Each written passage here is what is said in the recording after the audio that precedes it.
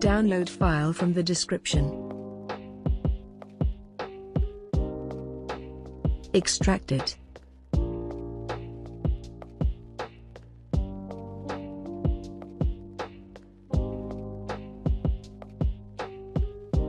Open and run installer. Change language to English and install.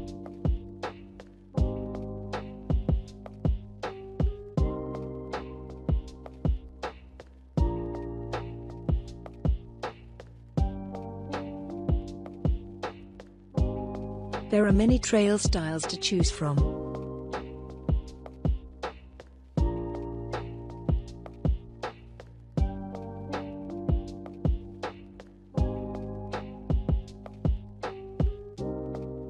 You can change size, speed and much more.